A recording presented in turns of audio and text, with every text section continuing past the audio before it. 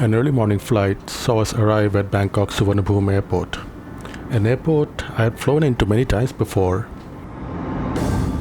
And every time I had taken the taxi out, sometimes the train, the ARL, which was, the preferred choice in recent years. And in the past, I've even taken the bus out of Suvarnabhumi. But this time would be different. We would be taking a rental car and driving out to Suvarnabhumi. And we would not just be going to Bangkok, the city, but we would be driving through it. Well, our flight arrived shortly after 9 a.m. Not that early. Keeping some time for immigration and baggage claim, we had booked a rental car from 11 a.m. But we were out by 10. We went to the Hertz kiosk anyway, thinking the paperwork might take a little while. But that didn't take very long either, and we were given the car by 10:30. We gave it a quick visual inspection, didn't find any apparent problems, and went on to set up our dash cam and navigation.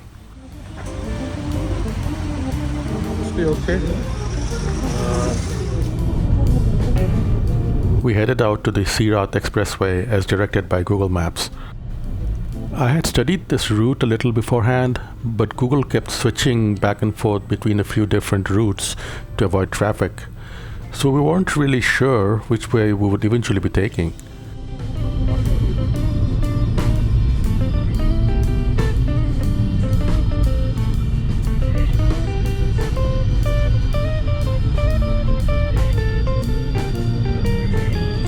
The first few minutes on Seaside Expressway were a bit stressful.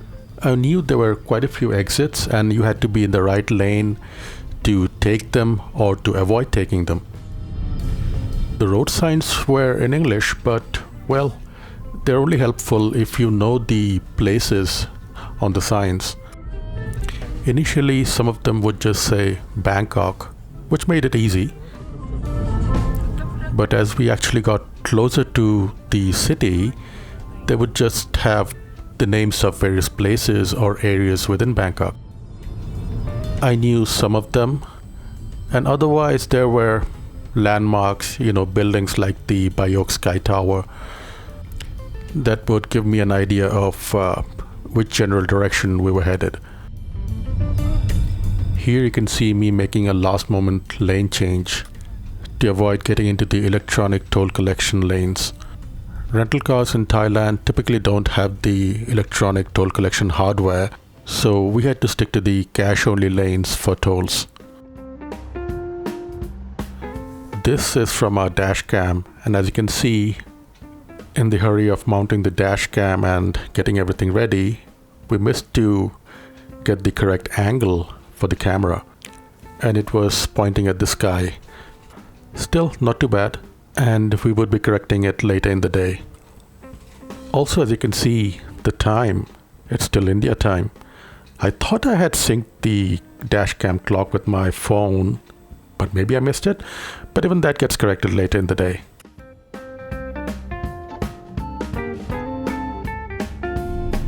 We encountered a bit of traffic as we got closer to central Bangkok, but it wasn't too bad. And this was close to noon.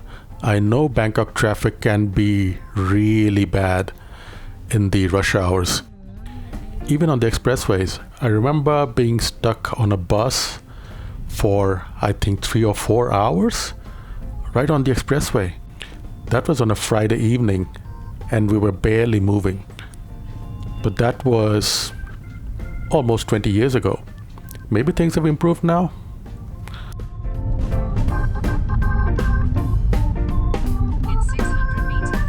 Here, Google Maps suggested an exit that we were not expecting.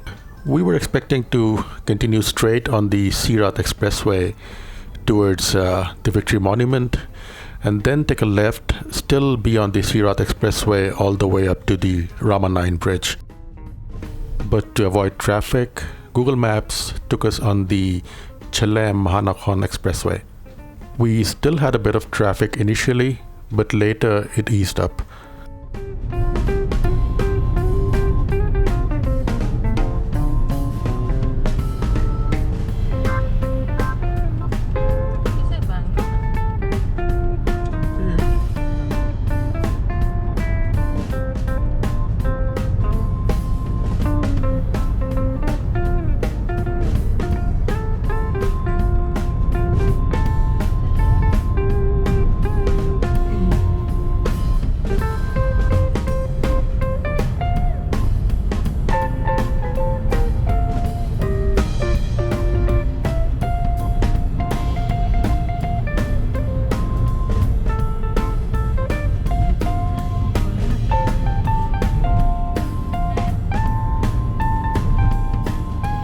And here we are getting onto the Rama 9 bridge over the Chao Phraya River.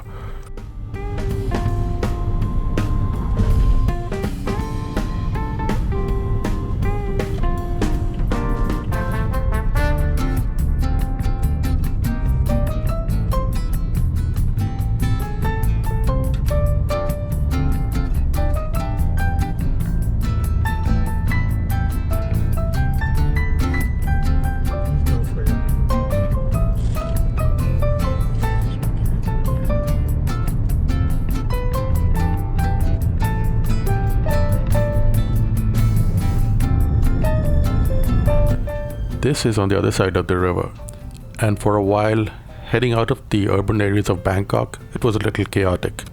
As you can see, there's an elevated road being constructed.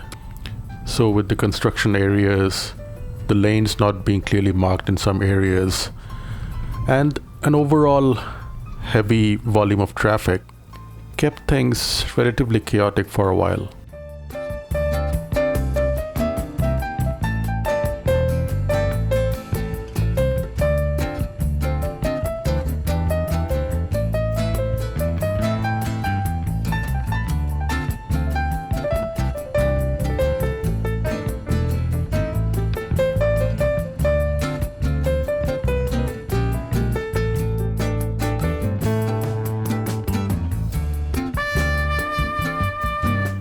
By now it was time to stop for lunch. We knew that most of the gas stations, especially the PTT ones, had good food options and even convenience stores. But on this stretch of the road, we had to be on the left on the service lane to be able to access them. So on a few occasions when we spotted a gas station, it was little too late to get to the left side. So after a while, we decided we'll just move over to the left to the service lane and stay there until we found a good gas station to stop at.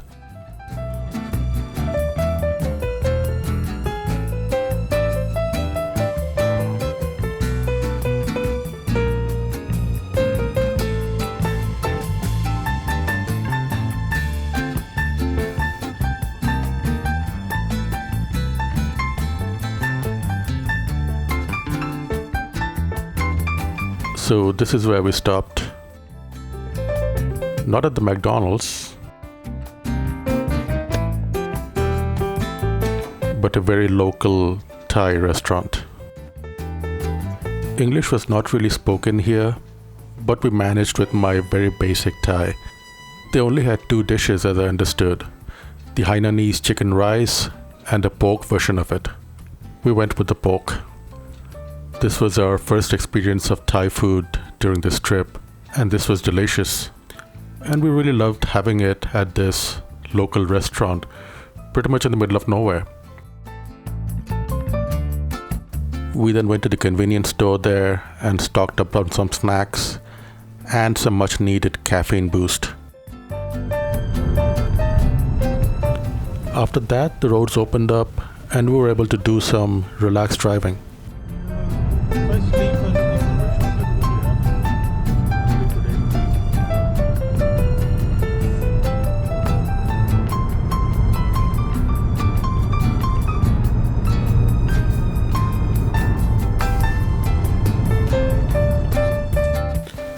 Here we had our first Thai police checkpoint, but they didn't stop us.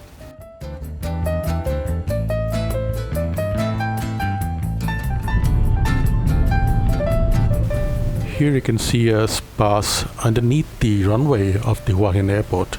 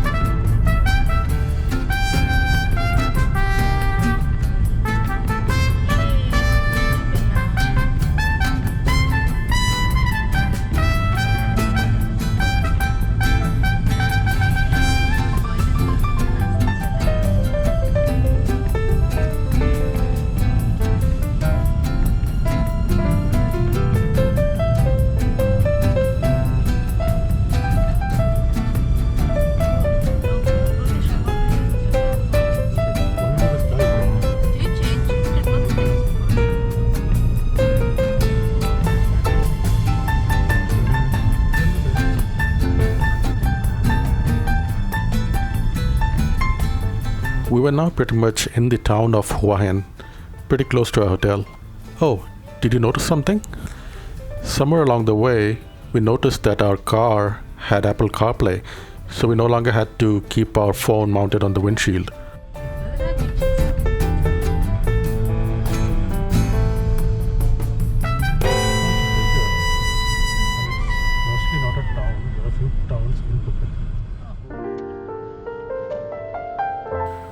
We stayed at the City Beach Resort, which looked like a large but pretty old hotel, way past its prime. But as a result, we got a pretty decent hotel, very well located, with decent parking for a pretty reasonable price.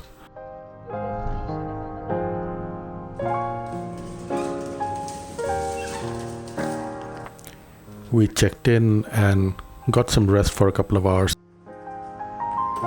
After all, we hadn't really slept the night before.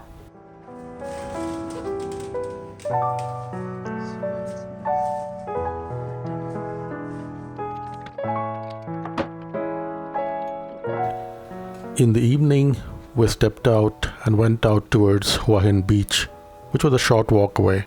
We would have liked to come a little earlier, maybe around sunset.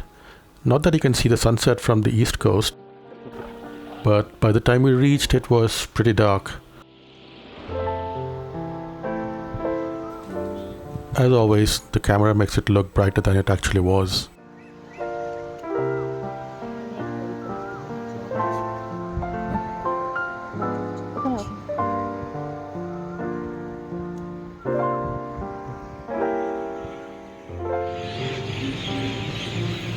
From there, we walked to the Hua Hin railway station, which was again not very far. Hua Hin station is supposedly one of the most beautiful train stations in Thailand, and it also has some historical significance.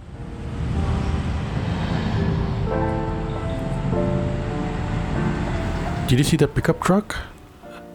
Let me know if you know what it was.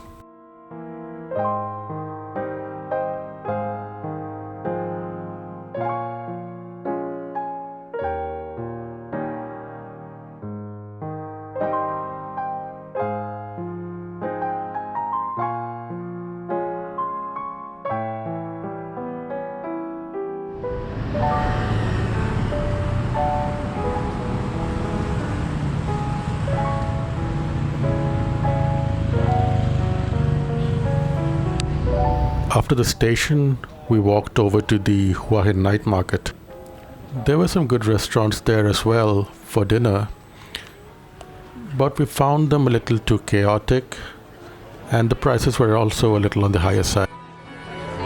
Well, not that high compared to some other places in Thailand, but we weren't really in the mood to splurge on our very first night.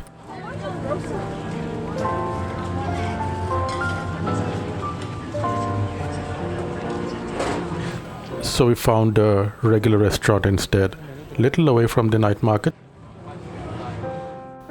But we had some absolutely delicious pad thai gung and mu thot kratim.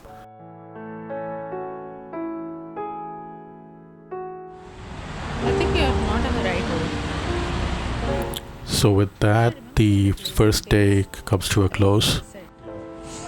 I remember seeing that lady face.